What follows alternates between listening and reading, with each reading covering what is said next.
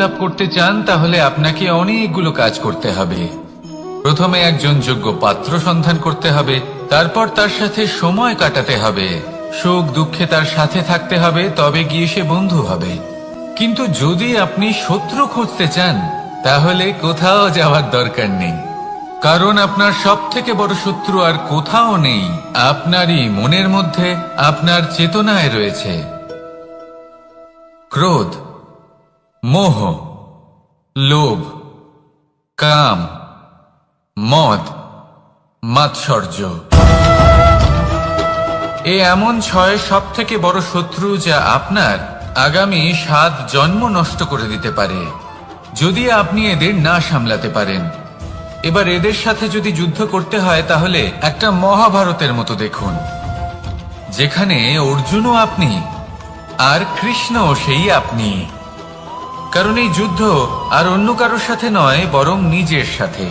এগুলো অন্তর মনের যুদ্ধ, আর এটা জয় করা যেতে পারে নিয়ন্ত্রণ এবং অনবরত চেষ্টার দ্বারা। তাই এটাই করুন, এই 6 শত্রুকে পরাজিত করুন এবং আমার সাথে ভালোবেসে বলুন, রাধা রাধা। বেশিরভাগ মানুষই এই কথা জানেন যে আমাদের শরীর 5টি তত্ত্ব দ্বারা নির্মিত, যাকে আমরা পঞ্চতত্ত্ব বলি: জল, অগ্নি, বায়ু, ধরিত্রী এবং আকাশ। এবার এই কথা আমরা সকলে জানি, কিন্তু এগুলোর সাথে কিছু গুণ জড়িয়ে রয়েছে যেগুলো আমরা দেখতে পাই না। যদি এই গুণগুলি আমরা আত্মসাৎ করতে শিখে যাই তাহলে সাক্ষাৎ পরমেশ্বরের দর্শন আমরা পেতে পারি। যদি কথা বলি প্রথম তত্ত্বের, জলের কথা, জল যা প্রত্যেক জ্বলনকে শীতলতা প্রদান করে। এই জলকে দেখুন, যা শুধু প্রবাহিত হতে জানে, থামতে জানে না। জল পাথরের সাথে সংঘর্ষ করতে জানে, যার পথে অনেক বাধা আসে, কিন্তু সে প্রবাহিত হতে থাকে। নিরাকার হলো এই জল, যে কোনো পাত্রেই রাখুন না কেন তার আকার ধারণ করে নেবে। এটাই হলো এর বিশেষত্ব এবং এটাই হলো আমাদের শিক্ষা। কিভাবে প্রবাহমান থাকতে হবে, কিভাবে আমাদের থামলে চলবে না, তাতে আমাদের পথের মধ্যে যতই যেরকমই সমস্যা আসুক না কেন, আমাদের এই জলের মতোই নিরাকার হয়ে যে কোনো পরিস্থিতিতেই প্রবাহমান থাকতে হবে। এই শিক্ষাই জলের থেকে লাভ করুন আর আমার সাথে ভালোবেসে বলুন, রাধা রাধা। আলস্য আপনার আরো একটা অত্যন্ত বড় শত্রু, যা আপনার মনের মধ্যে বসবাস করে আর ধীরে ধীরে আপনার কার্য শরীরের একটা অংশ হয়ে ওঠে। সব কাজে দেরি করিয়ে দেয়, সবকিছু নষ্ট করে দিতে পারে এই আলস্য। এই কাজ আজকে হলো না, কোনো ব্যাপার নয়, কালকে করে নেব। প্রকৃতি আমাদের এটা শেখায় না। ভেবে দেখুন, যদি সূর্য এটা ভাবে যে কাল উদিত হব না, কিছুদিন পরে উদয় হব, তাহলে কি হবে? সমগ্র পৃথিবীর বিনাশ হয়ে যাবে, ঠিক কিনা? দেখুন, এই আলস্য নিয়ে খুব সুন্দর একটা কথা আছে, আলস্যস্য কুতো বিদ্যা।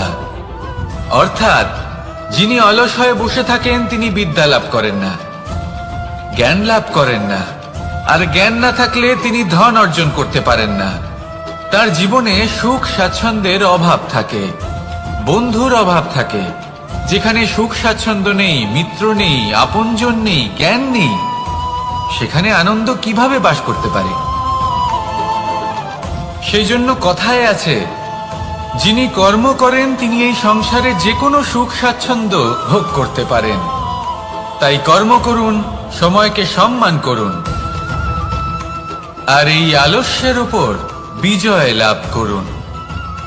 আর আমার সাথে ভালোবেসে বলুন, রাধা রাধা। পঞ্চতত্ত্বের মধ্যে দ্বিতীয় তত্ত্ব হল ধরণী, ভূমি, যাকে আমরা ধরণী মাতা বলি। এই ধরণী ধৈর্য ধারণ করে, আর এর উপরেই আমাদের সমগ্র সংসার নির্ভরশীল। কারণ এই ভূমি সহ্য ক্ষমতা রাখে, এর সহ্য ক্ষমতা হলো অপরিসীম। সন্তান যতই আঘাত প্রদান করুক না কেন, প্রেম পূর্বক সহ্য করে, আর তার বদলে অমূল্য রত্ন প্রদান করে। সন্তান যদি হাল চালায় তাহলে তার বদলে তাকে অন্ন প্রদান করে। এটাই হলো ধরনী। এবার এর থেকে আমরা কি শিক্ষা পেতে পারি? এটাই যে কারোর জন্য কিছু করা বা কাউকে কিছু দেওয়া মনে কোনো কামনা ছাড়াই। আর এই কথাটা বুঝে যান, যদি কারোর জন্য কামনা না রেখে বা কোনো পাওয়ার আশা না রেখে কারোর জন্য কিছু করেন বা কারোকে কিছু দেন, যদি এটা আপনি শিখতে পারেন তবে আপনি ভালোবাসতে শিখে গেছেন। আর সেই জন্যই এই ধরিত্রীকে মাতা বলা হয়। কারণ মাতা শুধু উনি নন যিনি গর্ভে সন্তানকে ধারণ করেন, মাতা তো উনিও যিনি জীবন বাঁচতে শেখান, যিনি জীবন বাঁচার উদাহরণ প্রদান করেন। তাহলে ধরনীর থেকে এই নিঃস্বার্থ ভাব শিখুন, নিঃস্বার্থ ভালোবাসা শিখুন, আর এই ভালোবাসার সাথেই বলুন রাধা রাধা। বায়ু পঞ্চতত্ত্বের মধ্যে তৃতীয় তত্ত্ব। কেউ একে সমীর বলে, আবার কেউ একে পবন বলে। প্রথম কথা হলো এটাই যে এই বায়ু আমাদের জীবন দান করে প্রতিদিন, প্রত্যেক মুহূর্তে। এই বায়ুর কারণেই আমরা নিঃশ্বাস নিতে পারি, জীবিত থাকতে পারি। এই বায়ুই হলো সেই যা সকল মেঘেদের একত্রিত করে একটি স্থানে আর বর্ষা ঘটায়। আর এই বর্ষার কারণেই এই ধরিত্রীতে অন্ন উৎপন্ন হয়। এই বায়ুকে দেখুন, কখনো এতটা সৌম্য যে আপনার কোনোই তফাৎ বোধ হয় না, আর কখনো কখনো এমন রূপ ধারণ করে ফেলে যে অনেক বড় বড় পর্বতের আকার পর্যন্ত বদলে ফেলে। এটাই হলো বায়ুর বিশেষত্ব। বায়ু শেখায় যে সময়ের সাথে সাথে বইতে থাকো, সকলকে জীবন দান করো, সকলকে সাহায্য করো, কিন্তু যখন বিপদ সামনে আসবে তখন দৃঢ় হয়ে সম্মুখীন হও। বাধা অনুযায়ী নিজেকে গড়ে নিতে হবে। আর কখন কতটা কঠোর হতে হবে আর কখন কতটা সৌম্য হতে হবে, এটা বায়ুকে দেখে শিখুন। আর আমার সাথে ভালোবেসে বলুন রাধা রাধা। অগ্নি চতুর্থ তত্ত্ব, সব থেকে বেশি গুরুত্বপূর্ণ কিন্তু তার থেকেও বেশি ভয়াবহ। কখনো অগ্নিকে নিয়ন্ত্রিত রূপে উনুনে জ্বলতে দেখেছেন? এই অগ্নি আমাদের খাবার বানাতে সাহায্য করে, যা আমাদের শক্তি প্রদান করে। কিন্তু এই অগ্নি যখন বিচলিত হয়ে, অনিয়ন্ত্রিত হয়ে কোন বনের আগুন হয়ে ওঠে, তখন মহা বিনাশ ঘটে যায়। আপনারই অন্তরের ঊর্জা হলো এই অগ্নি। এটা আপনার শক্তিও, আপনার ক্রোধ। একে ব্যবহার কিভাবে করবেন তা আপনারই হাতে। যদি কোনো ব্যক্তি নিজের অন্তরের এই ঊর্জাকে ব্যবহার করেন শক্তির রূপে, তাহলে সে বিকাশ ঘটাতে পারে, নির্মাণ ঘটাতে পারে। কিন্তু যদি কোনো ব্যক্তি তার অন্তরের ঊর্জাকে বিধ্বংসী অস্ত্র বানিয়ে ফেলেন, তাহলে নিশ্চিত রূপে মহা বিনাশ ঘটতে পারে, যাতে বিনাশ তারও অবশ্যই হবে।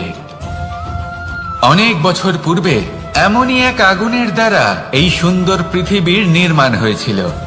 আর অনেক বছর পূর্বে এমন এক আগুনেই সমস্ত জীব এবং সংসার বিলুপ্ত হয়ে গেছিল।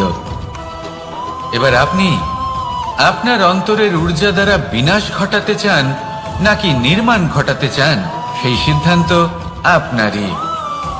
আসুন আমার সাথে ভালোবেসে বলুন রাধা রাধা। পঞ্চম তত্ত্ব, আকাশ নব ব্যোম।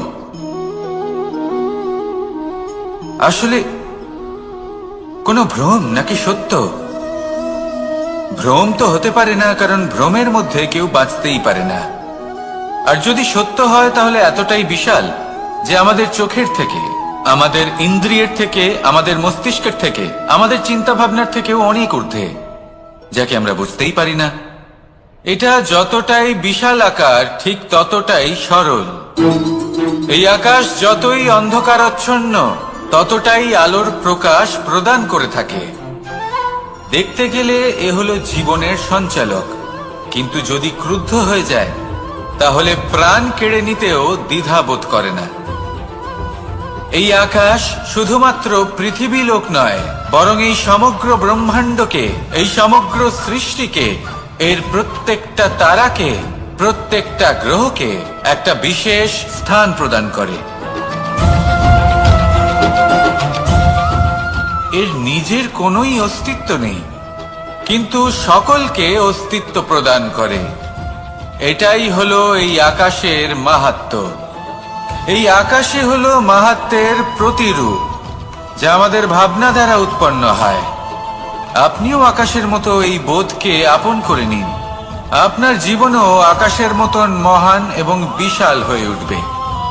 আর তখনই মন সুপ্রসন্ন হয়ে বলবে, রাধা রাধা। কাম তৃতীয় পুরুষার্থ। এবার অধিকাংশ মানুষই কাম বলতে বিলাসিতা, বাসনা, লালসা মনে করে ফেলে। আসলে এমন কিছুই নয়। কামের বাস্তবিক অর্থ কি? কামের বাস্তবিক অর্থ হল কামনা। প্রতিটা ব্যক্তি, প্রতিটা মানুষ, প্রতিটা জীব এই সংসারে কোনো না কোনো বিশেষ কারণে আসে। সেই কারণকে পূর্ণ করার জন্য কর্ম করাকে কাম বলে। এখন সেটা সবার জন্য ভিন্ন হতে পারে। কারোর কাছে সেটা জ্ঞান অর্জন করা হতে পারে, আবার কারোর কাছে নির্মাণ করা হতে পারে। কারোর জন্য পরিবারকে সঞ্চালন করা হতে পারে, আবার কারোর জন্য এই সংসার থেকে পাপ দূর করা হতে পারে। কিন্তু সবথেকে গুরুত্বপূর্ণ হলো যে মানুষ যেন নিজের কর্ম ঠিক করে করে, সম্পূর্ণ যত্ন নিয়ে করে। তৃতীয় পুরুষার্থ মানে এই কাম। এটার অনুচিত অর্থ নিজেকে বোঝানো মানেই সমগ্র জীবনকে অর্থহীন করে দেওয়া। তাই প্রেম দ্বারা আপনার এই সংসারে আসার কারণটাকে অনুসন্ধান করুন, আর এই প্রেমের সাথেই বলুন, রাধা রাধা। এবার এই পুরুষার্থের বিষয়ে আপনারা অবশ্যই শুনেছেন। মোক্ষ চতুর্থ পুরুষার্থ। আপনারা কি জানেন এই মোক্ষ আসলে কি? ধর্ম, অর্থ, কামনার পালন করতে করতে মৃত্যু লাভ করা, এটাই কি মোক্ষ? না, মোক্ষ হলো সেটাই যা জন্ম এবং মৃত্যুর ঊর্ধ্বে। প্রত্যেক ব্যক্তি, প্রত্যেক জীবই সংসারে কোনো না কোনো বিশেষ প্রয়োজনে আসে। ধর্মপথে, সৎপথে অর্থ উপার্জন করা, প্রয়োজনকে পূর্ণ করার চেষ্টা করতে করতে সেই প্রয়োজনকে পূর্ণ করা তাকে মুক্তির পথে নিয়ে যায়, যা হলো মোক্ষ। যদি এই মোক্ষ লাভ না হয় তাহলে মানুষ জন্ম এবং মৃত্যুর এই চক্রে বারবার ফিরে আসবে। তাই নিঃস্বার্থভাবে সদ্ভাব নিয়ে কর্ম করুন, সকলকে ভালোবাসুন, আর আমার সাথে বলুন, রাধা রাধা। মানুষ বড়ই বিচিত্র প্রাণী। অধিক থেকে অধিকতর ধন লাভ করার চেষ্টায় নিজের শরীরকে নষ্ট করে ফেলেন, নিজের শক্তি হারিয়ে ফেলেন, নিজের সামর্থ্য হারিয়ে ফেলেন। আর যে ধন লাভ করেন সেটা কোথায় যায়? সেই শক্তি, সেই সামর্থ্যকে আবার ফিরে পাওয়ার জন্য। আর কিছু মানুষ জীবন এমন ভাবে যাপন করেন যেন তা কখনোই শেষ হবে না। কিন্তু শেষ তো সবারই হবে। আর যখনই শেষটা কাছে চলে আসে তখন মানুষ এটা বুঝতে পারেন যে সে জীবনকে উপভোগ করেননি। তার কারণটা কি? লালসা। এই লালসা জন্ম দেয় লোভকে, আর এই লোভ জন্ম দেয় আপনারই বিনাশকে। সেই জন্য আজ আপনার কাছে যা কিছু আছে, যেমনটা আছে, তার সাথে জীবন যাপন করুন, পূর্ণরূপে যাপন করুন। আপনার কাছে যতই ধন, শক্তি, মান থাকুক, তা সবার মধ্যে ভাগ করতে শিখুন। ভাগ করলে ভালোবাসা বাড়ে, আর এই ভালোবাসা দ্বারা জীবন আরো সুখময় হয়ে ওঠে। তাহলে আসুন আর আমার সাথে ভালোবেসে বলুন, রাধা রাধা। মন। জীবনে যখনই কোনো বস্তু বা সুখ স্বাচ্ছন্দ্য অধিক মাত্রায় আপনার কাছে চলে আসে, তখন নিজেকে শ্রেষ্ঠ মনে করার একটা প্রবণতা দেখা যায়, যা হয় আত্মবিশ্বাসে পরিণত হয়, নয়তো অহংকারে। এবার আত্মবিশ্বাস আর অহংকারের মধ্যে অনেক বড় পার্থক্য রয়েছে। আমি এটা করতে পারি, আমি ওটাও করতে পারি, এ হলো আত্মবিশ্বাস। শুধুমাত্র আমি এটা করতে পারি, শুধুমাত্র আমি ওটাও করতে পারি, আমি হলাম সর্বশ্রেষ্ঠ, এটা হলো অহংকার। এবার এই অহংকার এর ধ্বনি অনেক দূর প্রবাহিত হয়, আর এর প্রহার সর্বপ্রথম আপনাকে বিপর্যস্ত করে। এবার এই অহংকার এর বিপরীত শব্দ হলো বিনয়, অর্থাৎ নিজের ঊর্ধ্বে উঠে অন্যের বিষয় ভাবনা চিন্তা করা, সংসারের বিষয় ভাবা।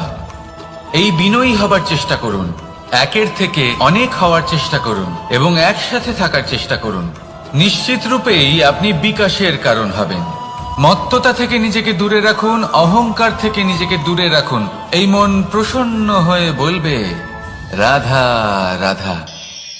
জীবনে যখন কোনো ব্যক্তি নিজের লক্ষ্য প্রাপ্তির জন্য নিরন্তর পরিশ্রম করতে থাকেন, চেষ্টা করতে থাকেন, তখন তিনি কষ্ট অনুভব করেন, কখনো শারীরিক কষ্ট, কখনো মানসিক কষ্ট। এবার উনি এটা ভাবতে থাকেন যে আমি কি উচিত করছি নাকি অনুচিত করছি, কারণ অন্যদিকে এমন একজন ব্যক্তিও আছেন যিনি একদমই পরিশ্রম চেষ্টা করছেন না।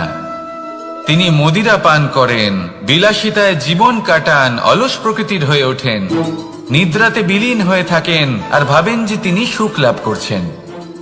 কিন্তু এরকম কেন হয়? কারণ যখন আমরা সৎ পথে থাকি, উচিত পথে চলি, লক্ষ্য প্রাপ্ত করার জন্য চেষ্টা করতে থাকি, তখন আমাদের ভেতরে থাকা নেতিবাচক শক্তি এবং পাপ এই দেহকে ত্যাগ করে দেয়। আর এই অনুভূতিটাই আমাদের দুঃখের অনুভূতি দেয়, কষ্ট দেয়। এবার সেখানে যদি আমরা কুপথে চলি, অনুচিত পথে চলতে থাকি, তাহলে আমাদের ভেতরে থাকা পুণ্য এবং ধনাত্মক শক্তি আমাদের দেহ ত্যাগ করে দেয়। আর এই অনুভূতির কারণেই আমরা সুখ অনুভব করি। কিন্তু কখনো ভাববেন যে এই সুখ বেশি সময় পর্যন্ত থাকে না। সেই জন্য সবসময় মনে রাখবেন, যদি আপনি জানেন যে এটাই আপনার লক্ষ্য, এটাই উচিত পথ, শুভ পথ, তাতে নিরন্তরভাবে এগিয়ে যেতে চেষ্টা করতে থাকুন। এই কষ্ট আপনাকে সুখের পরাকাষ্ঠায় কখন পৌঁছে দেবে তা আপনি জানতেই পারবেন না। আসুন আমার সাথে ভালোবেসে বলুন রাধা রাধা। ঈর্ষা আমাদেরই মনে বসবাস করা আরো একটা শত্রু। তবে এই শত্রু কখনো কখনো আমাদের জন্য লাভদায়কও হতে পারে, কিন্তু যদি আমরা সতর্ক না থাকি তাহলে সেটা ততটাই ঘাতক হয়ে উঠতে পারে। যদি আপনার কোনো প্রতিদ্বন্দ্বী থেকে থাকে যে এগিয়ে চলেছে, তাকে দেখে আপনার মনে ঈর্ষা উৎপন্ন হয়, আর ঈর্ষাবশত আপনি নিরন্তর চেষ্টা করতে থাকেন, পরিশ্রম করতে থাকেন সামনে এগোনোর জন্য, তাহলে তার দ্বারা আপনার বিকাশই হবে। কিন্তু যদি আপনি নিজের বিরোধীকে শেষ করতে দেওয়ার জন্য অগ্রসর হন, তাকে বিনাশ করার জন্য অগ্রসর হন, তাহলে এই ঈর্ষা প্রথমে আপনার বিনাশ অবশ্যই করবে। একটা কথা আছে, এটা পশু প্রবৃত্তি, আপনি শুধুই নিজের বিকাশের কথা ভাববেন। তিনিই হলেন প্রকৃত মানুষ, যিনি অন্য মানুষের জন্য প্রাণও দিতে পারেন।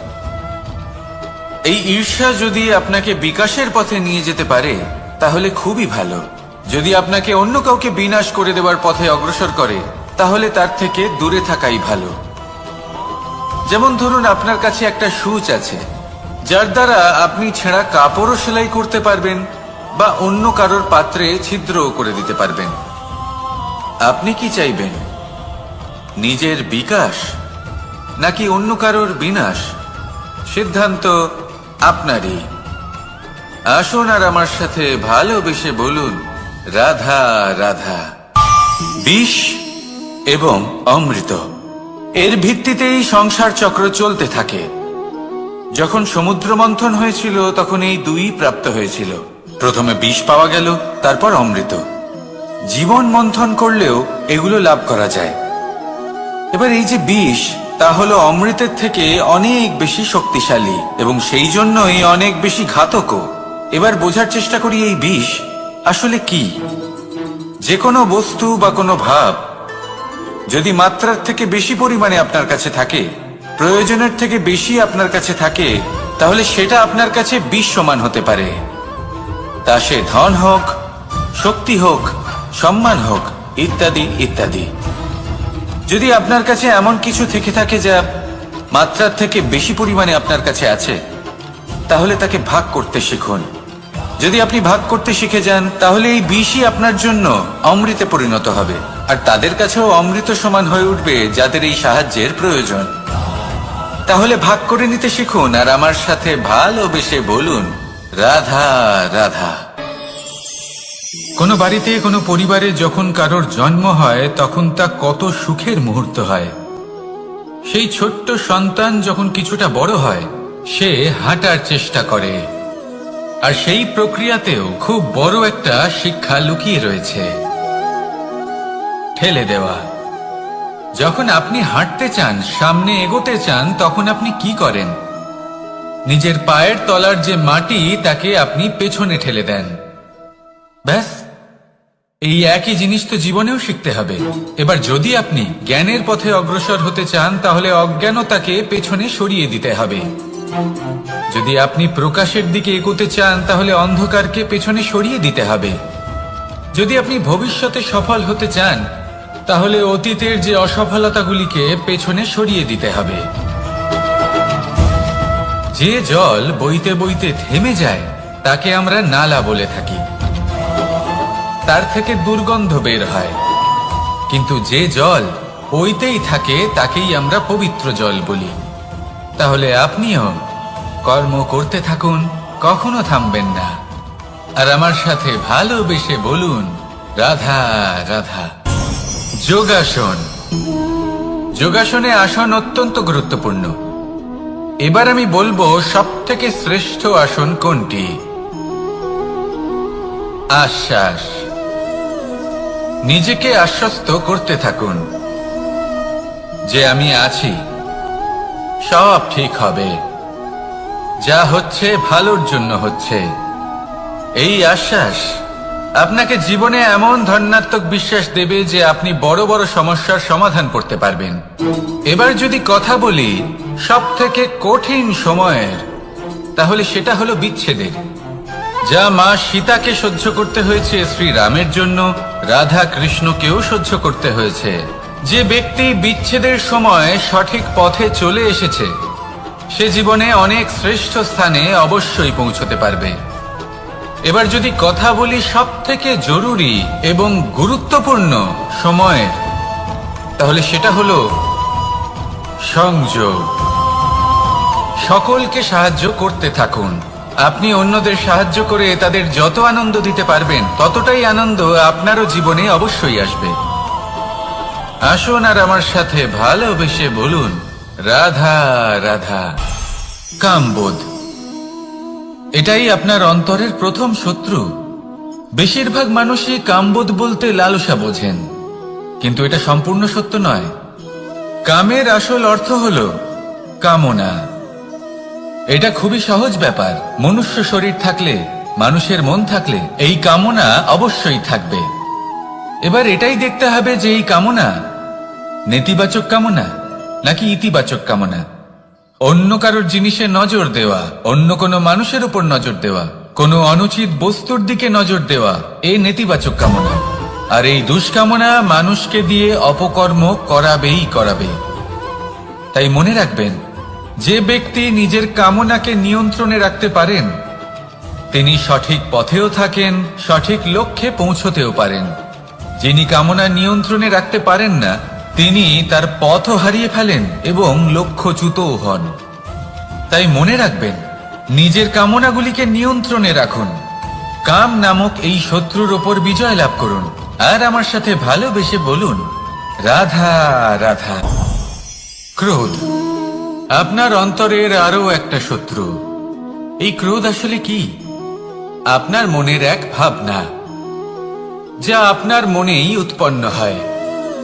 এই মন আত্মার সাথে যুক্ত থাকে। এখন একটা ভাবনা যা আত্মার সাথে যুক্ত থাকে, তাকে অনুচিত কেন বলা হয়, সেটা বোঝার চেষ্টা করুন। ক্রোধ কখনো কখনো জরুরি হয়, বিশেষ রূপে তখন যখন আপনি সঠিক পক্ষে দাঁড়িয়ে রয়েছেন এবং সামনের ব্যক্তি অধর্মের পক্ষে রয়েছেন আর বিনম্রভাবে মানছেন না। যেমন শ্রীরাম ক্রুদ্ধ হয়েছিলেন সাগরের ওপর, ওটা উচিত ছিল, আর তা ততক্ষণই উচিত যতক্ষণ আপনি ক্রোধকে নিয়ন্ত্রণ করছেন। যদি ক্রোধ আপনাকে নিয়ন্ত্রণ করতে শুরু করে তাহলে পরিস্থিতি এমনও হতে পারে, ধরুন একজন ব্যক্তির প্রতি ক্রোধের কারণে আপনি তার ক্ষতি করতে চান। আপনি একটা কয়লা হাতে নিলেন আর সেই কয়লা সামনের ব্যক্তির ক্ষতি করার পূর্বে আপনার হাত জ্বালিয়ে দেবে। ব্যাস, ক্রোধ এটাই করে, সর্বপ্রথম আপনার ক্ষতি করে, আপনার বিবেক হরণ করে নেয়, আপনি আপনার নিয়ন্ত্রণ হারিয়ে ফেলেন আর সবকিছু নষ্ট হয়ে যায়। বেশিরভাগ মানুষ ক্রোধে এমন সিদ্ধান্ত নেন যে সেটা তাদেরই বিনাশের কারণ হয়ে দাঁড়ায়। আর কিছু মানুষ বলেন যে আমাদের জীবনে এত যন্ত্রণা আছে, এত সংকট আছে যে ক্রোধ উৎপন্ন হবেই। আর এরকম সময় এটাই উচিত হবে যে আপনি নিজেকে ক্রোধের থেকে দূরে রাখুন আর তারপর সমস্যার নিবারণ করুন। আর এই নিবারণই আপনার জীবনকে একটা শ্রেষ্ঠ স্তরে পৌঁছে দেবে। তাহলে ক্রোধ থেকে দূরে থাকুন, সুপ্রসন্ন থাকুন আর আমার সাথে ভালোবেসে বলুন রাধা রাধা। লোভ আপনার অন্তরের আরো একটা শত্রু। দেখতে গেলে এটা একটা শব্দ, একটা সংস্কৃত শব্দ, লব ধাতু থেকে উৎপন্ন হয়েছে। এর অর্থ কিছু লাভ করা। কিছু লাভ করা অনুচিত নয়, আরো কিছু লাভ করাও অনুচিত নয়, কিন্তু সব থেকে বেশি আমি লাভ করব, আমি আরো চাই, আরো বেশি চাই, আরো বেশি পেতে চাই, এটাই হলো লোভ। আর এই লোভ যখন গ্রাস করে তখন আপনি যা পেতে চান, সে ধনই হোক বা মানই হোক, তা অর্জন করার জন্য মানুষ যে কোনো স্তরে পৌঁছে যেতে পারে। যদি মানুষ ধন অর্জন করতে চান তাহলে তার জন্য তারা অধর্মের পথেও চলতে পারেন। যদি সম্মান অর্জন করতে চান তাহলে অন্য মানুষকে ছোটও করতে পারেন। শেষ পর্যন্ত আপনার এটা মনে হতে পারে যে যদি একটু অল্পই প্রাপ্ত করতাম কিন্তু ভালোবেসে প্রাপ্ত করতাম, এই জীবন আরো অনেক বেশি সুখী হতো। লোভ আপনার জীবনে, আপনার মনে কখন যে প্রবেশ করবে সেটা আপনি জানতেও পারবেন না। তাই এটা চিনতে শিখুন আর তৎক্ষণাৎ জীবন থেকে বাইরে ফেলে দিন। যা কিছু লাভ করতে চান তা ভালোবেসে লাভ করুন আর সেই ভালোবাসার সাথেই বলুন রাধা রাধা। মোহ আপনার অন্তরের আরো একটা শত্রু। এবার মানুষ প্রেম আর মোহের মধ্যে পার্থক্য বুঝতে পারে না। কিছু মানুষ ভাবে যে মোহর মধ্যে খারাপ কি আছে। যদি কোনো মানুষের তার বাবা মার প্রতি, তার সন্তানের প্রতি মোহ থাকে তবে খারাপ কি আছে? খারাপ আছে, আর সেটা তাদের জন্য খারাপ হতে পারে যাদের প্রতি আপনার এই মোহ আছে। এবার মোহ আর প্রেমের মধ্যে পার্থক্য আপনাকে বোঝাচ্ছি। মোহ শুধুমাত্র পেতে চায়, সেখানে প্রেম শুধুমাত্র দিতে শেখায়।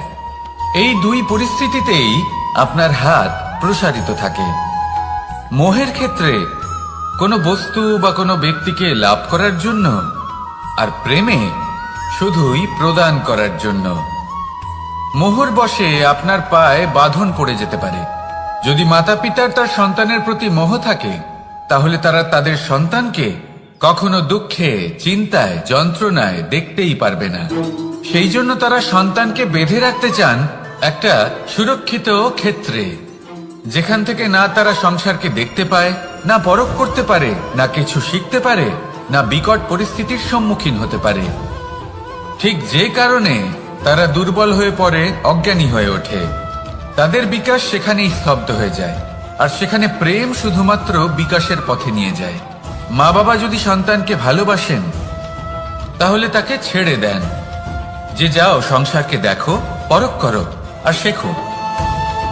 কিভাবে এর সাথে লড়াই করতে হবে সেটা নিজে শেখো। নিজের শক্তি নিজেই বাড়িয়ে তোলো, নিজের পথ চয়ন করো।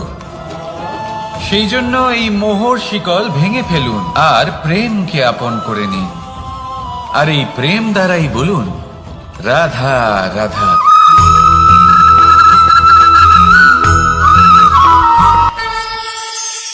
একবার একটা শেয়াল বনে বিচরণ করছিল। ও একটা ছোট্ট শাবক দেখতে পেল। ও ভাবলো আজ একেই আমি খাবার হিসেবে গ্রহণ করব।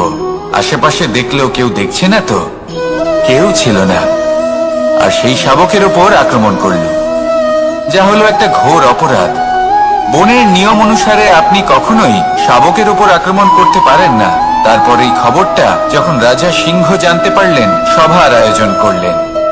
কিন্তু সেখানে শেয়াল বলল, আমি তো এরকম কিছু করিনি। কিন্তু যদি আপনি এরকম বলেন, কোনো প্রমাণ দিন, এর কোনো সাক্ষী আছে?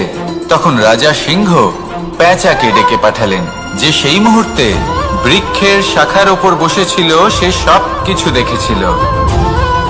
পেঁচা সব সত্যি কথা বলল, আর শেয়ালকে মৃত্যুদণ্ড দেয়া হলো। এবার এই কাহিনী আমি আপনাকে কেন শোনালাম? কারণ মানুষও কখনো কখনো এরকম কর্ম করেন যা শিয়াল করেছে। এটা ভাবেন কেউ দেখছে না, যখন আমি অনুচিত কর্ম করতেই পারি। কিন্তু না, আপনি যাই করুন না কেন, কেউ না কেউ অবশ্যই তা দেখছে। কোনো ব্যক্তি না হলেও কোনো প্রাণী, না হলে কোনো যক্ষ বা দেব বা প্রেত। যদি এনারা কেউ না দেখেন, তাহলে ধরিত্রী মাতা দেখেন, যেখানে দাঁড়িয়ে আপনি সেই কর্ম করছেন, তাই না? তাই একটা কথা সবসময় মনে রাখবেন, কে দেখছেন কে দেখছেন না সেই বিষয়ে ভাবা ছেড়ে দিন। এটা খুব সহজ কথা। আপনি যদি উচিত কর্ম করেন, উচিত ফল পাবেন। যদি অনুচিত কর্ম করেন, তাহলে আপনি অনুচিত ফল অবশ্যই পাবেন। সেই জন্য উচিত পথে চলতে থাকুন, উচিত কর্ম করতে থাকুন, আর আমার সাথে ভালোবেসে বলুন, রাধা রাধা। জীবনে যদি আপনি বন্ধু লাভ করতে চান, তাহলে আপনাকে অনেকগুলো কাজ করতে হবে। প্রথমে একজন যোগ্য পাত্র সন্ধান করতে হবে, তারপর তার সাথে সময় কাটাতে হবে, সুখ দুঃখে তার সাথে থাকতে হবে, তবে গিয়ে সে বন্ধু হবে। কিন্তু যদি আপনি শত্রু খুঁজতে চান, তাহলে কোথাও যাওয়ার দরকার নেই। কারণ আপনার সব থেকে বড় শত্রু আর কোথাও নেই, আপনারই মনের মধ্যে, আপনার চেতনায় রয়েছে। ক্রোধ, মোহ, লোভ, কাম, মদ, মাৎসর্য। এ এমন 6 সব থেকে বড় শত্রু যা আপনার আগামী 7 জন্ম নষ্ট করে দিতে পারে, যদি আপনি এদের না সামলাতে পারেন।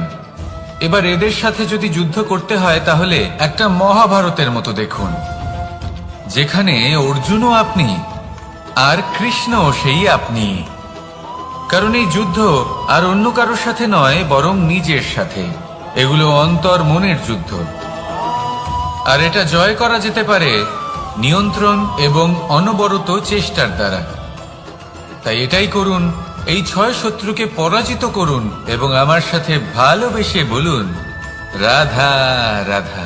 বেশিরভাগ মানুষই এই কথা জানেন যে আমাদের শরীর 5টি তত্ত্ব দ্বারা নির্মিত, যাকে আমরা পঞ্চতত্ত্ব বলি: জল, অগ্নি, বায়ু, ধরিত্রী এবং আকাশ।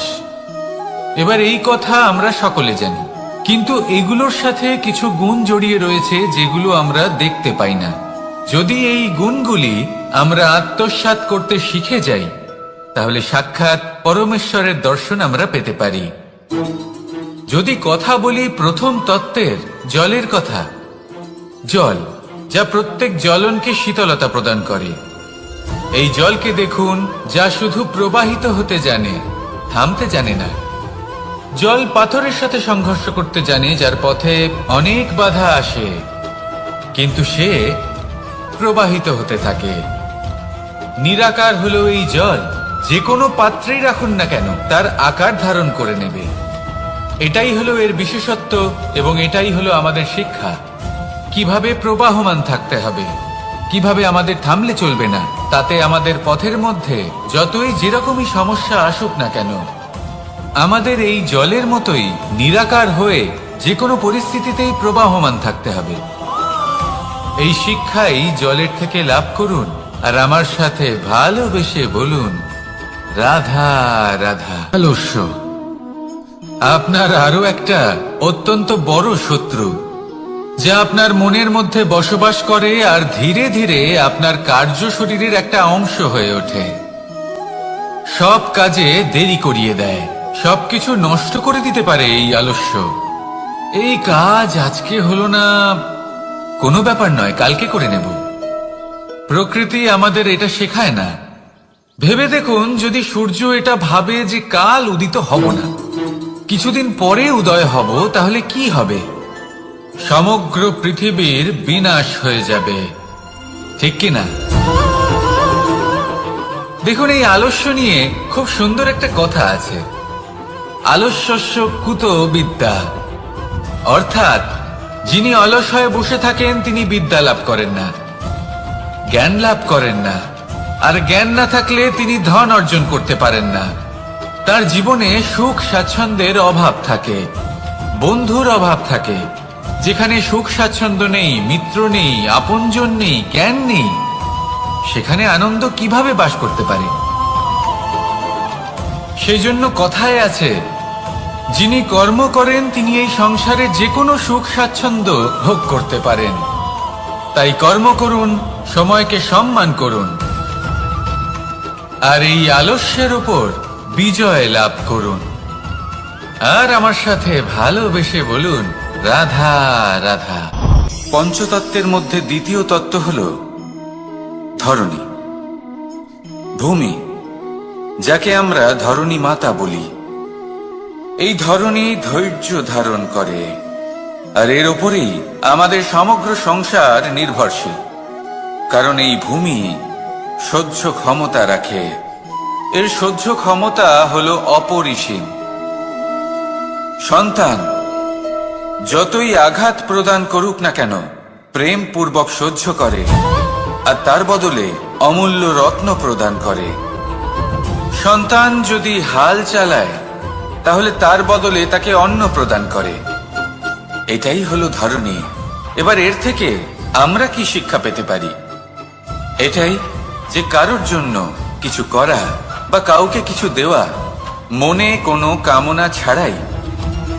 আর এই কথাটা বুঝে যান, যদি কারোর জন্য কামনা না রেখে বা কোনো পাওয়ার আশা না রেখে কারোর জন্য কিছু করেন বা কারোকে কিছু দেন, যদি এটা আপনি শিখতে পারেন, তবে আপনি ভালোবাসতে শিখে গেছেন। আর সেই জন্যই এই ধরিত্রীকে মাতা বলা হয়। কারণ মাতা শুধু উনি নন যিনি গর্ভে সন্তানকে ধারণ করেন, মাতা তো উনিও যিনি জীবন বাঁচতে শেখান, যিনি জীবন বাঁচার উদাহরণ প্রদান করেন। তাহলে ধরণীর থেকে এই নিঃস্বার্থ ভাব শিখুন, নিঃস্বার্থ ভালোবাসা শিখুন, আর এই ভালোবাসার সাথেই বলুন, রাধা রাধা। বায়ু পঞ্চতত্ত্বের মধ্যে তৃতীয় তত্ত্ব। কেউ একে সমীর বলে, আবার কেউ একে পবন বলে। প্রথম কথা হলো এটাই যে এই বায়ু আমাদের জীবন দান করে প্রতিদিন, প্রত্যেক মুহূর্তে। এই বায়ুর কারণেই আমরা নিঃশ্বাস নিতে পারি, জীবিত থাকতে পারি। এই বায়ুই হলো সেই যা সকল মেঘেদের একত্রিত করে একটি স্থানে আর বর্ষা ঘটায়। আর এই বর্ষার কারণেই এই ধরিত্রীতে অন্ন উৎপন্ন হয়। এই বায়ুকে দেখুন, কখনো এতটা সৌম্য যে আপনার কোনোই তফাৎ বোধ হয় না, আর কখনো কখনো এমন রূপ ধারণ করে ফেলে যে অনেক বড় বড় পর্বতের আকার পর্যন্ত বদলে ফেলে। এটাই হলো বায়ুর বিশেষত্ব। বায়ু শেখায় যে সময়ের সাথে সাথে বইতে থাকো, সকলকে জীবন দান করো, সকলকে সাহায্য করো, কিন্তু যখন বিপদ সামনে আসবে তখন দৃঢ় হয়ে সম্মুখীন হও। বাধা অনুযায়ী নিজেকে গড়ে নিতে হবে, আর কখন কতটা কঠোর হতে হবে আর কখন কতটা সৌম্য হতে হবে, এটা বায়ুকে দেখে শিখুন। আর আমার সাথে ভালোবেসে বলুন, রাধা রাধা। অগ্নি চতুর্থ তত্ত্ব, সব থেকে বেশি গুরুত্বপূর্ণ কিন্তু তার থেকেও বেশি ভয়াবহ। কখনো অগ্নিকে নিয়ন্ত্রিত রূপে উনুনে জ্বলতে দেখেছেন? এই অগ্নি আমাদের খাবার বানাতে সাহায্য করে, যা আমাদের শক্তি প্রদান করে। কিন্তু এই অগ্নি যখন বিচলিত হয়ে, অনিয়ন্ত্রিত হয়ে কোন বনের আগুন হয়ে ওঠে, তখন মহা বিনাশ ঘটে যায়। আপনারই অন্তরের ঊর্জা হলো এই অগ্নি। এটা আপনার শক্তিও, আপনার ক্রোধ। একে ব্যবহার কিভাবে করবেন তা আপনারই হাতে। যদি কোনো ব্যক্তি নিজের অন্তরের এই ঊর্জাকে ব্যবহার করেন শক্তির রূপে, তাহলে সে বিকাশ ঘটাতে পারে দুঃখ কি, ভয় কি, এদের কিছুটা এইভাবে ভাবা যেতে পারে। জীবনে যখনই আপনি কিছু একটা লাভ করবেন, তখন সেটা হারানোর ভয় তার সাথেই চলে আসে। যেমন আপনি যদি ধন অর্জন করেন, ধন হারানোর ভয় তার সাথেই চলে আসে। সম্পত্তি অর্জন করলে সেটা লুট হবার ভয় তার সাথেই চলে আসে। আর এটা জীবনের সাথেও হয়। যেই মুহূর্তে আপনি জন্ম নেন, মৃত্যুর ভয় তার সাথেই চলে আসে। জন্ম না নিলে মৃত্যু কিভাবে হবে? মৃত্যুর ভয় কোথা থেকে আসবে? এবার এই ভয় কি সেটা আপনাকে বুঝিয়ে বলি।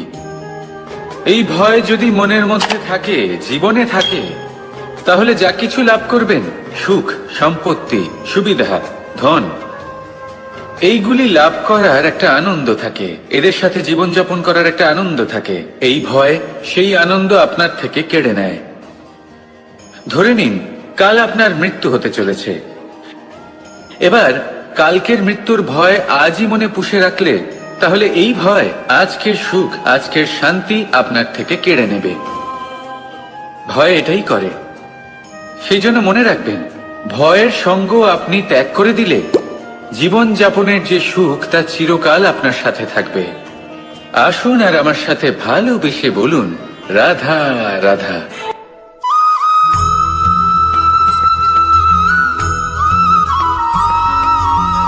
নারী জন্মসূত্রে কারোর কন্যা, ধর্মসূত্রে কারোর পত্নী, আর কর্মসূত্রে কারোর মা। আমাদের মনে এই ছবি আঁকা রয়েছে একজন নারীকে নিয়ে, তাই না? একটা অতুলনীয় ভূমিকা রয়েছে নারীদের আমাদের জীবনে, আর নারী ছাড়া আমরা কিছুই নই। কিন্তু অধিকার, সেখানে আমরা একটা ভুল করে বসি। যখন নারী একজন কন্যা থাকে, যখন সে জন্ম নেয়, তখন তার ওপর অধিকার থাকে তার পিতার। আর তারপর যখন বিয়ে হয়ে যায়, তখন তার অস্তিত্বের ওপর অধিকার থাকে তার স্বামীর। আর যখন তিনি মা হন, তখন নিজেই তিনি জীবনের সমস্ত অধিকার দিয়ে দেন তার সন্তানকে। কিন্তু আমরা কি কখনো এটা ভেবেছি, এই জীবন হলো তার নিজের? যে নারী সবার কল্যাণ করছেন, তার জীবনের অধিকারও তার কাছেই থাকা উচিত, তাই না? তার নিজের জীবনের সিদ্ধান্ত সে নিজেই নিতে পারেন, নিজেই নিজের ভাগ্যের রচয়িতা হতে পারেন। আর এর জন্য আমাদের নিজেদের পাল্টাতে হবে, দৃষ্টিভঙ্গি পাল্টাতে হবে। কারণ এই ধারণা সেটা আজ বা কালকের ব্যাপার নয়, এটা ঘটে চলেছে বহু বছর ধরে আর চলতেই থাকবে, যদি আমরা এটা না বদলাই। আর এটা তখনই সম্ভব হবে যখন আমরা নিজেদের মধ্যে পরিবর্তন আনব। তাই আজকের পর থেকে, এই মুহূর্ত থেকে, কোনো নারীর ওপর অকারণ অধিকার স্থাপনের আগে সহস্রবার ভেবে দেখবেন। কারণ যখন নারী নিজের অধিকার কেড়ে নিতে বাধ্য হবেন, তখন শুধু এবং শুধুমাত্র বিনাশই ঘটবে। রাধা রাধা।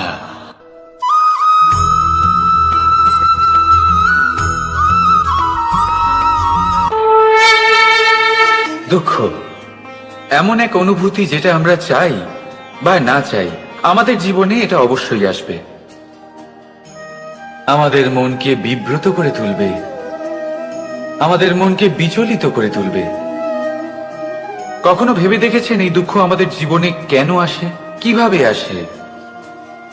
যদি আপনি মন দিয়ে চিন্তা করেন, তাহলে আপনি বুঝতে পারবেন যে এই দুঃখের অনুভূতি পরিস্থিতির থেকে বেশি মানসিকতার থেকে বেশি আশেপাশের লোকজনের সাথে জড়িয়ে।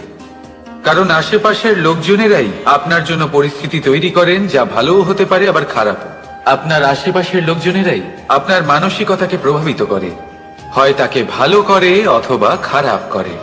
আমাদের জীবনের অর্ধেক দুঃখ এই কারণে যে আমরা তাদের উপরে আশা রাখি যাদের উপরে কোনো আশা রাখা উচিত নয়, আর অর্ধেক দুঃখ এই কারণে যে আমরা তাদের উপরে সন্দেহ করি যাদের উপর সেটা করা উচিত নয়। তাৎপর্য এটাই যে মানুষকে চেনার চেষ্টা করতে থাকুন। যেদিন আপনি এটা বুঝে যাবেন যে কে সুজন আর কে দুর্জন, সেই দিন এই দুঃখ আপনার জীবন থেকে দূরে কোথাও চলে যাবে। রাধা রাধা।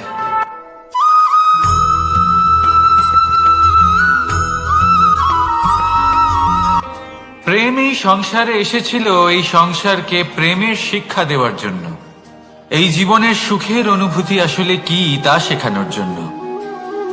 কিন্তু যদি সত্যি কথা বলি, তো আমি নিজেই প্রতিদিন প্রেমের নতুন নতুন স্বরূপ দেখতে পাই, প্রেমের একটা নতুন অনুভূতি প্রত্যেক নতুন দিনে।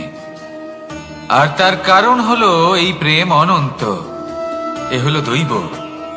প্রেম হলো এই সংসারের সব থেকে বড় ঢাল এবং সব থেকে বড় অস্ত্র। এই প্রেম ছাড়া না কোনো ন্যায় হয় আর না কোনো শাস্ত্র, না জীবন আছে আর না অন্ত। এবার যদি এই প্রেম মনের মধ্যে বাস করতে শুরু করে, তাহলে কখনো কোনো সমস্যাই হবে না, আর যদি হয়েও থাকে তাহলে তা স্থায়ী হবে না। এই প্রেম কি না করতে পারে?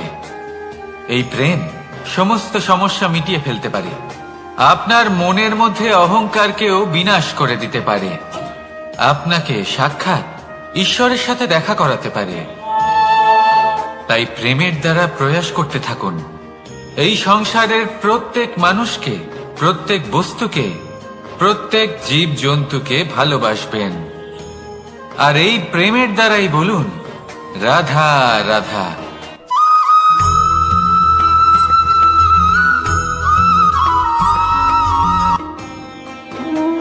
কর্ম, ধর্ম আর কর্তব্য, এই তিনটি একে অপরের সাথে জড়িত। আর অনেক সময় এই তিনটি পালন করতে করতে আমাদের সেই ব্যক্তির সামনে গিয়ে দাঁড়াতে হয়, তার বিরুদ্ধেই যেতে হয়, যাকে আমরা সব থেকে বেশি ভালোবাসি। কিন্তু সেইখানে এই যুদ্ধ কোনো ব্যক্তিগত যুদ্ধ থাকে না, এ হলো কর্ম, ধর্ম আর কর্তব্যের যুদ্ধ। এটা সরল নয়, অত্যন্ত কঠিন হয় তার সম্মুখীন হওয়া যাকে আমরা সব থেকে বেশি সম্মান করি। কিন্তু আমাদের তো আমাদের ধর্মের পথে চলতেই হবে, কারণ আমরা কর্মবদ্ধ, কর্তব্যবদ্ধ, আর এটাই করা উচিত। শুধু এটুকু মনে রাখবেন, যদি আপনার উদ্দেশ্য শুভ হয়, আপনার ভাবনা শুভ হয়, আপনি যদি কর্ম, ধর্ম আর কর্তব্যের পথে অগ্রসর হন, তাহলে এই প্রক্রিয়াতে যদি আপনাকে আপনার আরাধ্যেরও সামনে দাঁড়াতে হয়, তাহলেও আপনার কোনো ক্ষতি হবে না। তাহলে আসুন আর আমার সাথে ভালোবেসে বলুন রাধা রাধা।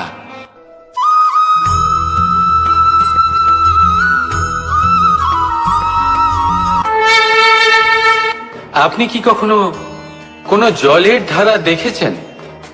তার সামনে যতই মাটি থাকুক না কেন, যতই কাদা থাকুক না কেন, যখন এই জলের ধারা বইতে আরম্ভ করে দেয়, তখন এই কাদাকে নিজেই ধুয়ে নিয়ে যায়। ওই কাদাকে ধুয়ে দেয় এবং নিজের পথ নিজেই তৈরি করে নেয়। তাহলে আপনিও এরকম জলের মতো হয়ে উঠুন।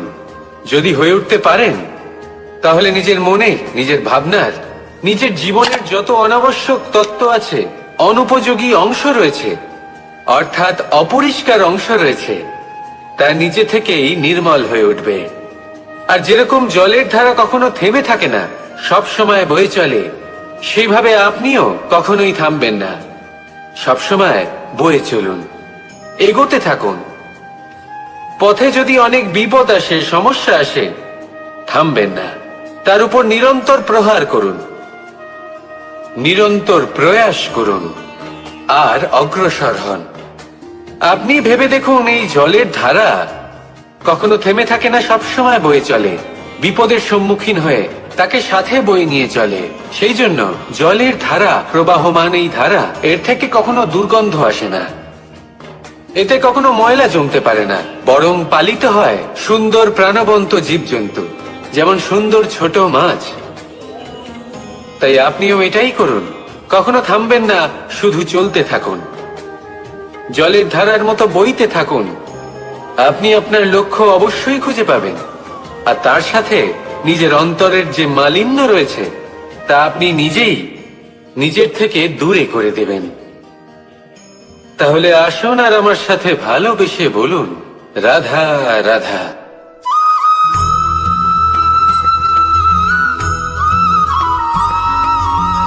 আমরা যে মানুষকে চাই, যাকে আমরা ভালোবাসি, তাকে একটা উপহার অবশ্যই দিতে চাই। এমন এক উপহার যা ওনার ভালো লাগবে, যা শ্রেষ্ঠ হবে, অতি প্রিয় হবে, বহুমূল্য হবে, বা বলতে পারেন মূল্যবান হবে।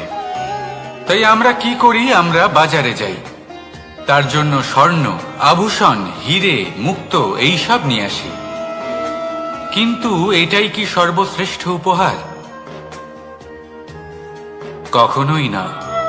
সর্বশ্রেষ্ঠ উপহার হলো স্বাধীনতা, তাকে নিজের মনের মতো বাঁচার স্বাধীনতা। যদি আপনি কাউকে স্বাধীনতা না দিতে পারেন, তাহলে সে কোথাও না কোথাও বন্দী হয়ে যায়, তার বিকাশ কোথাও না কোথাও আটকে যায়। কিন্তু যদি আপনি কাউকে স্বাধীনতা দিতে পারেন, তাহলে আপনি দেখবেন ও সমস্ত সংসারকে, এই জীবনকে নিজের দৃষ্টিভঙ্গি দিয়ে দেখবে, বুঝবে যে কোনটা হলো উচিত আর কোনটা হলো অনুচিত। আর এটাই হলো সর্বশ্রেষ্ঠ। আর এবার যদি কাউকে স্বাধীনতার মাধ্যমে এত বড় একটা শক্তি দিতে পারেন, তাহলে আপনি আমাকে বলুন, এর থেকে বড় উপহার আর কি হতে পারে? আসুন আর আমার সাথে ভালোবেসে বলুন, রাধা রাধা।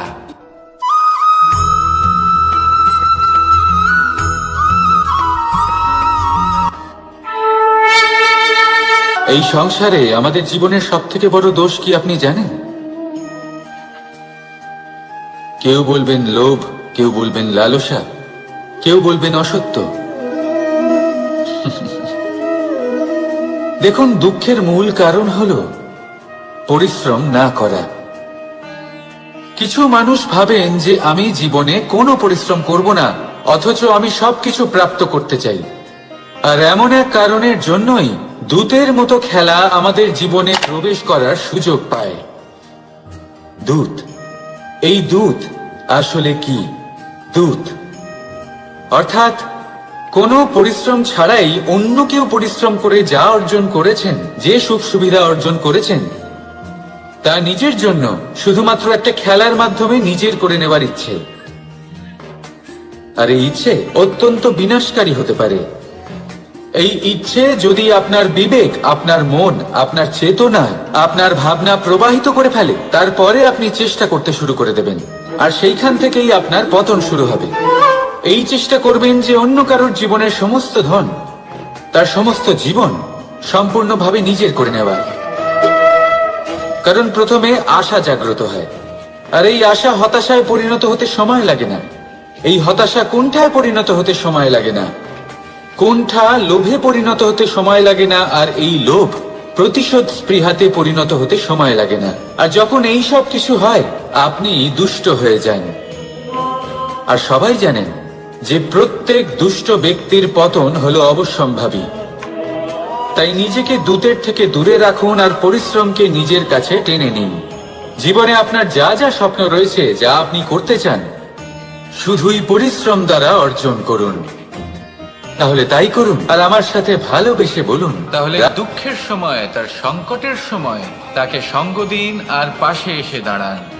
এই মন প্রসন্ন হয়ে বলবে, রাধা রাধা।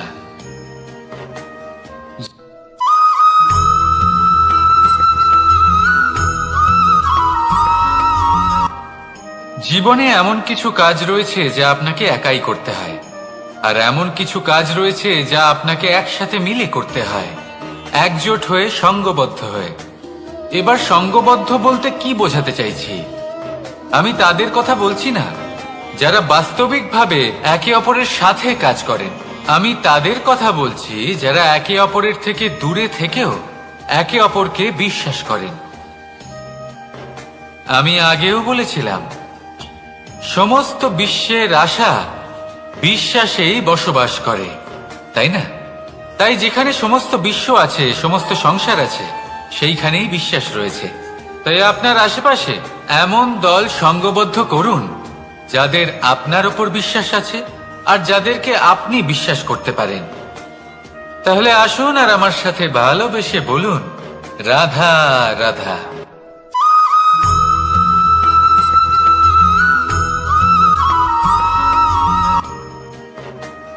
জীবনে সবথেকে বেশি গুরুত্বপূর্ণ বস্তু কি? বাড়ি। বাহন, সোনা, ধন। যদি আমি সত্যি বলি তাহলে জীবনে সব থেকে বেশি গুরুত্বপূর্ণ বস্তু কোনো বস্তুই নয়। যদি কিছু গুরুত্বপূর্ণ থাকে তাহলে তা হলো অনুভূতি, করুণা, মিত্রতা, মাতৃত্ব, বাৎসল্য, আর সব থেকে বেশি গুরুত্বপূর্ণ ভালোবাসা। নিজেদের এই জীবনে যদি আপনি শুধুমাত্র বস্তুর খেলাতে মেতে থাকেন তাহলে জীবনে আনন্দ কখনোই থাকবে না। নিজের এই জীবনকে অনুভূতির পীঠস্থান বানিয়ে তুলুন। এই মন প্রসন্ন হয়ে বলবে, রাধা রাধা।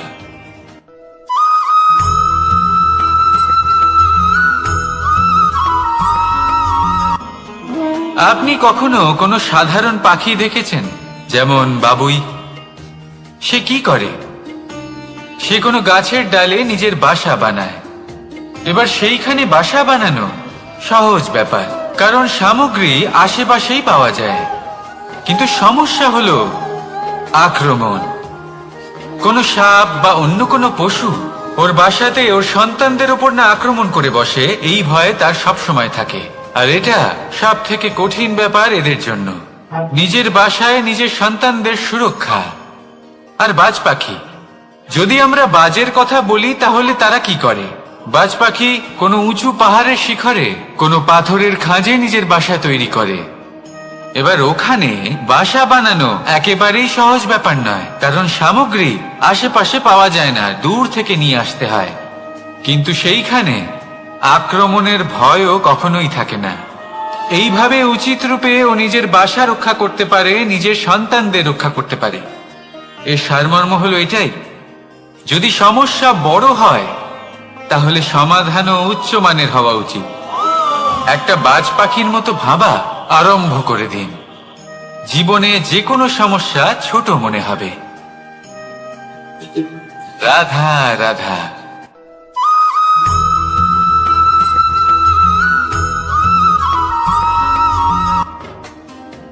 যখনই কোনো ঘূর্ণিঝড় আসে, কোনো প্রলয় আসে, তখন দেখবেন তা কত বৃহৎ প্রভাব ফেলে, কত বড় বিনাশ ঘটায়, বিধ্বংস সৃষ্টি করে। যখন বন্যা আসে তখন কত গভীর প্রভাব ফেলে, কত সর্বনাশ ঘটায়। নদীর পাড়ও ভেঙে বয়ে নিয়ে যায়। সেখানে কোনো গাছকে দেখুন, শান্তভাবে দাঁড়িয়ে থাকে, চুপ করে, আর নিজের কাজ করে, ছায়া প্রদান করে, ফল প্রদান করে, কোনো শব্দ না করেই নীরবে কর্ম করে। যদি নদীর কথা বলি, নদী যখন বয়ে চলে খেতে জল প্রদান করে, বনস্পতিদের প্রাণ প্রদান করে, আমাদের পানীয় জল দেয়। এত মহান কাজ করে কোনো শব্দ না করে, নীরবতার সাথে।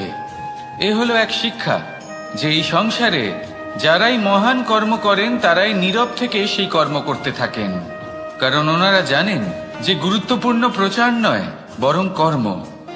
আর যারা রুদ্রের সাথে থাকেন, কোলাহল করেন, তারা শুধুমাত্র ধ্বংসই করেন। এবার আপনি মৌন থেকে শুধুমাত্র কর্ম করে মহান হতে চান, নাকি রুদ্রের সাথে থেকে বিধ্বংস ঘটাতে চান? সিদ্ধান্ত আপনারই। আসুন আর আমার সাথে ভালোবেসে বলুন, রাধা রাধা।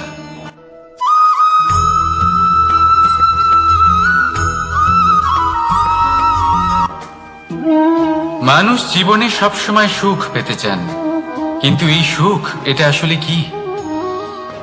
এই সুখের আসল রূপ কি? আমি বলি সুখের আসলে দুটি রূপ হয়, বাহ্যিক সুখ, আত্মিক সুখ। আর এটা ঠিক তেমনই হয় যেরকম আমাদের শরীরের সাথে জড়িত ছায়া আর আমাদের শরীরের মধ্যে বসবাসকারী আত্মার। যদি ছায়ার কথা ভেবে দেখেন তাহলে বুঝতে পারবেন আমাদের শোবার সময় ভোরবেলা এই ছায়া অনেক বড় হয়ে যায়। যখন এই সূর্য মাথার উপরে চলে আসে তার তাপ বেড়ে যায়,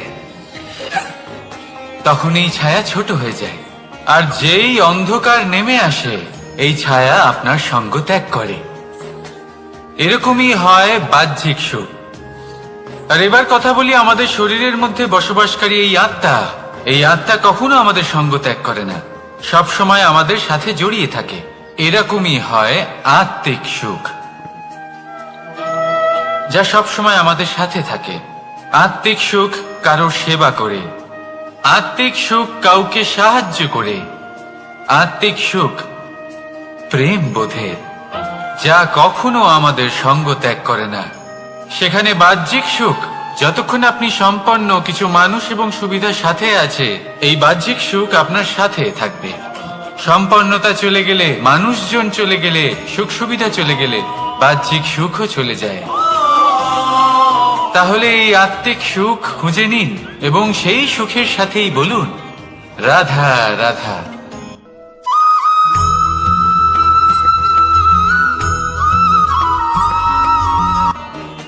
আপনি জীবনে কি হবেন সেটা আপনার পরিশ্রম, আপনার নিরন্তর প্রয়াস আর আপনার নির্বাচিত দিশার উপর নির্ভর করে না। এটা নির্ভর করে আপনার সঙ্গতির উপরেও। এই সঙ্গতি যা হলো অত্যন্ত গুরুত্বপূর্ণ। প্রকৃতিও আমাদের এটাই শেখায় বিভিন্ন উদাহরণ দিয়ে। যদি আপনাকে একটা উদাহরণ দিই, কখনো বাতাসের প্রবাহ লক্ষ্য করবেন।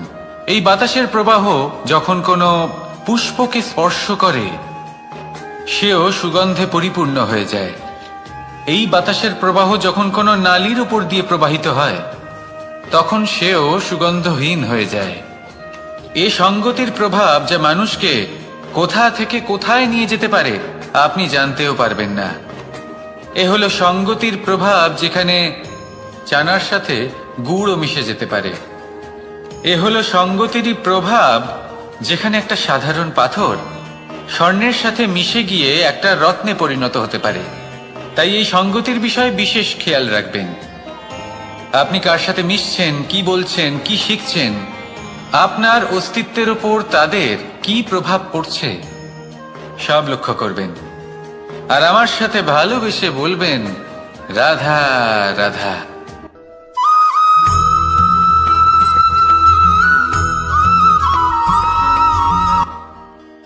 মানুষ এক অত্যন্ত বিচিত্র প্রাণী। পরিকল্পনা করে, ষড়যন্ত্র করে, প্রচেষ্টা করে, কাউকে পরাজিত করার চেষ্টাও করে। সাপকে একটা দড়ি মনে করে হাতে চেপে ধরার চেষ্টা করে, কিন্তু একটা কথা বুঝতেই পারে না, সময়ের এই সাপ, এটা হাতে চেপে ধরাই যায় না। আর আপনি যা করবেন তা আবার ফিরে আসবে আপনারই সামনে। দেখুন, এতে কিছুই যায় আসে না যে আপনি কুম্ভকারের পুত্র নাকি কৃষ্ণের পুত্র। যদি আপনি অনুচিত কর্ম করেন, তাহলে আপনার সাথেও অনুচিতই হবে। অশুভ কর্ম করলে আপনার সাথেও অশুভই হবে। কুরু বংশ অত্যন্ত মহান বংশ ছিল। এই কুরু বংশ কি হলো তার সাথে? একটা গোটা বংশ বয়ে গেল, কারণ ওনাদের উদ্দেশ্য অশুভ ছিল। অন্যদিকে 5 জন বনবাসী পাণ্ডব মহাভারত বিজয়ী হলেন, কারণ তাদের উদ্দেশ্য শুভ ছিল। তাই মনে রাখবেন, শুভ অগ্নি প্রজ্বলিত করবেন, শুভ তাপ সঞ্চার হবে। অশুভ অগ্নি প্রজ্বলিত করবেন, নরকেই জ্বলতে হবে। তাহলে আসুন আর আমার সাথে ভালোবেসে বলুন রাধা রাধা।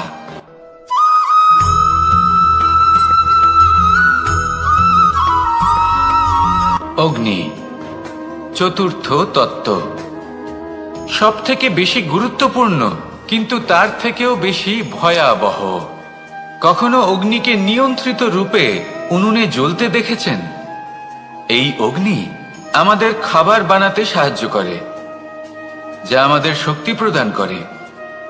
কিন্তু এই অগ্নি যখন বিচলিত হয়ে, অনিয়ন্ত্রিত হয়ে কোনো বনের আগুন হয়ে ওঠে, তখন মহা বিনাশ ঘটে যায়। আপনারই অন্তরের ঊর্জা হলো এই অগ্নি। এটা আপনার শক্তিও, আপনার ক্রোধও। একে ব্যবহার কিভাবে করবেন তা আপনারই হাতে। যদি কোনো ব্যক্তি নিজের অন্তরের এই ঊর্জাকে ব্যবহার করেন শক্তির রূপে, তাহলে সে বিকাশ ঘটাতে পারে, নির্মাণ ঘটাতে পারে। কিন্তু যদি কোনো ব্যক্তি তার অন্তরের ঊর্জাকে বিধ্বংসী অস্ত্র বানিয়ে ফেলেন, তাহলে নিশ্চিত রূপে মহা বিনাশ ঘটতে পারে, যাতে বিনাশ তারও অবশ্যই হবে। অনেক বছর পূর্বে এমনই এক আগুনের দ্বারা এই সুন্দর পৃথিবীর নির্মাণ হয়েছিল, আর অনেক বছর পূর্বে এমন এক আগুনেই সমস্ত জীব এবং সংসার বিলুপ্ত হয়ে গেছিল। এবার আপনি আপনার অন্তরের ঊর্জা দ্বারা বিনাশ ঘটাতে চান নাকি নির্মাণ ঘটাতে চান, সেই সিদ্ধান্ত আপনারই। আসুন আমার সাথে ভালোবেসে বলুন, রাধা রাধা।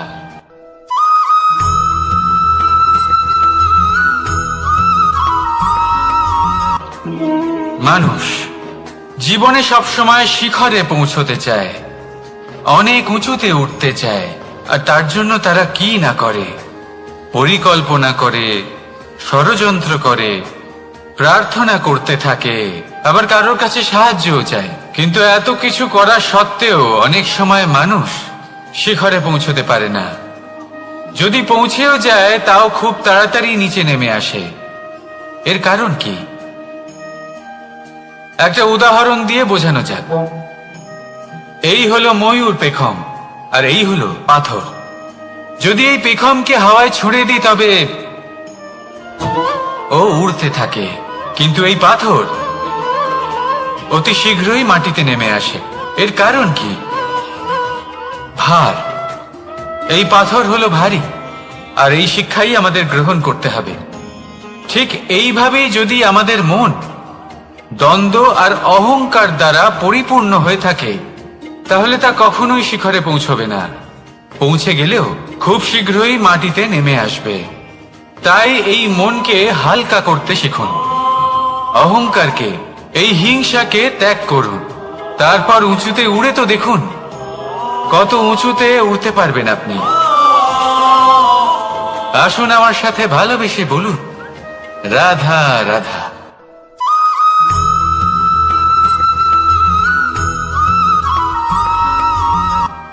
কখনো কখনো এমন হয় আমরা আমাদের বাড়ির উঠোনে বীজ বপন করি, আর তা বিকশিত হয় একটা সুন্দর বৃক্ষে। তার শাখাগুলি প্রতিবেশীর বাড়ি পর্যন্ত পৌঁছয়। ফলের বর্ষণ প্রতিবেশীর বাড়িতেও হয়ে থাকে, আর আমরা ভাবি গাছ আমরা উৎপন্ন করব আর ফল খাবেন আপনারা। এই কেমন কথা হলো? আপনাকে এই কথা বুঝতে হবে যে এসব হলো ভৌতিক বস্তু, সাংসারিক বস্তু। কখনো নিজের বাড়ির বাগানে ভালোবাসার গাছ বপন করে দেখুন, তার শাখাও প্রতিবেশীর বাড়ি পর্যন্ত পৌঁছবে, ফলের বর্ষণ সেখানেও হবে। কিন্তু সেই ফল চাইতে আপনাকে যেতে হবে না, সেই ফল দ্বিগুণ মাত্রায় আবার আপনার কাছেই ফিরে আসবে। তাই নিজের বাড়িতে আর নিজের মনে ভালোবাসার গাছ উৎপন্ন করুন। এই জীবন প্রসন্ন হয়ে বলবে, রাধা রাধা।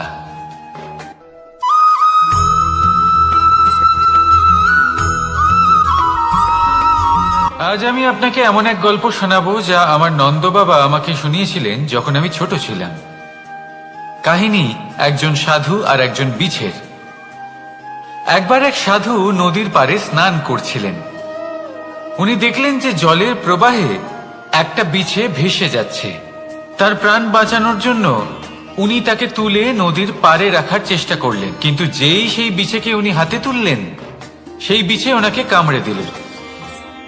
সাধু আবার চেষ্টা করলেন, সেই বিছেকে হাতে নেওয়াতে সে আবার তাকে কামড়ে দিল। আরো একবার চেষ্টা করাতে ওনার শিষ্য ওনাকে জিজ্ঞেস করল, এ আপনি কি করছেন গুরুদেব? এসব কি হচ্ছে? আপনি তারই প্রাণ বাঁচানোর চেষ্টা করছেন যে আপনাকে কামড়ে দিচ্ছে। গুরুদেব উত্তর দিলেন যে ও বিছে হয়েই নিজের কর্ম করছে, নিজের প্রবৃত্তি, নিজের ব্যবহার বদলাচ্ছে না। তাহলে আমি সাধু হয়ে তা কেন বদলাবো? এর তাৎপর্য হলো সরল, যে সংসারে কিছু মানুষ আছেন যারা হয়তো খারাপ, দুষ্ট প্রকৃতির, আর হয়তো তারা কখনোই বদলাবেন না, কখনোই কোনো পরিবর্তন আসবে না। কিন্তু তার মানে এই নয় যে আমরা আমাদের কর্ম করা ছেড়ে দিই, আমরা আমাদের প্রচেষ্টা ছেড়ে দেব। আগে না, আমাদের তো করতেই হবে, কারণ ইতিহাস সাক্ষী আছে যে এই চেষ্টা এই সংসারের ধারাকেও বদলে দিতে পারে। তাহলে আপনিও আসুন আর আমার সাথে ভালোবেসে বলুন, রাধা রাধা।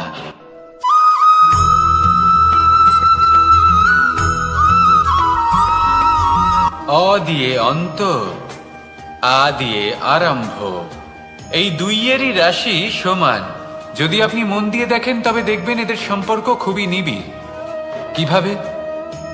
যখন কোনো কিছু শুরু হয় এটা নিশ্চিত হয়ে যায় যে তা সমাপ্তও হবে। আরম্ভই যদি না হয় তার সমাপ্তও হবে না। যা আরম্ভ হয়েছে তার সমাপ্তি হলো অবশ্যম্ভাবী। এটাই হলো প্রকৃতির নিয়ম, একে এড়ানো যায় না। এবার এই কথা আমরা সকলে জানি। এবার মানুষ কি ভাবে যে সমাপ্তির পরে কি হতে পারে, এর উত্তর তাদের কাছে নেই। তাদের উচিত অন্য কোনো বিষয় ভাবা যা বেশি গুরুত্বপূর্ণ। এবার মানুষ এটা জানে না যে মৃত্যুর পরে কি হতে পারে, কিন্তু এই কথা অবশ্যই জানে যে জন্ম থেকে মৃত্যু পর্যন্ত এই সময়, যাকে আমরা জীবন বলে থাকি, এই সময় আমরা কর্ম করতে পারি। এই কথা তো আমরা জানি।